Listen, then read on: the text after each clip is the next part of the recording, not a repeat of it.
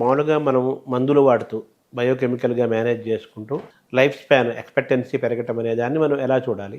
అసలు ఇటువంటివేమి వాడకుండా పూర్తిగా ఆరోగ్యంగా ఉండే పరిస్థితి ఉండదా?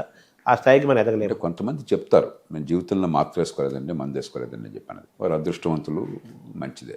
అనవసరంగా మందులు వాడకూడదు. ఎందుకంటే మాకు ఈ మందుల శాస్త్రం, ఫార్మకాలజీ అంటాం, దానిలో ఒక డిక్టమ్ మాకు ఉండేది. There is nothing like a poison, it's only the dose. విషం అనేది లేదు, ఏదన్నా కూడా ఆ డోస్ని బట్టి ఉంటుంది. రెండోది, ఈ మందులన్నీ సముద్రంలో పడేస్తే మనుషులు బాగుపడతారు, చేపలు చచ్చిపోతాయని కూడా ఒక ఆయన జోక్ చేశాడు. అతిశయోక్తి అయినా కూడా అధికంగా అనవసరంగా మందులు వేసుకోకూడదు. కానీ అసలు మందులు వేసుకోకుండా ఉండటం గొప్ప అనుకోవటం పొరపాటు.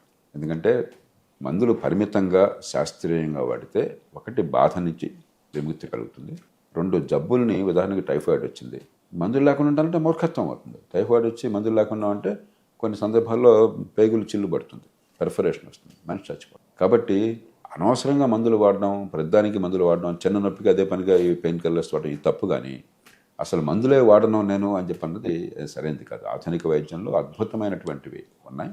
దాన్ని సరైన రీతిలో శాస్త్రీయంగా పరిమితమైన మోతాదులో అవసరాన్ని బట్టి వాడినట్టయితే ఖచ్చితంగా జీవితంలో ఆనందం కలుగుతుంది.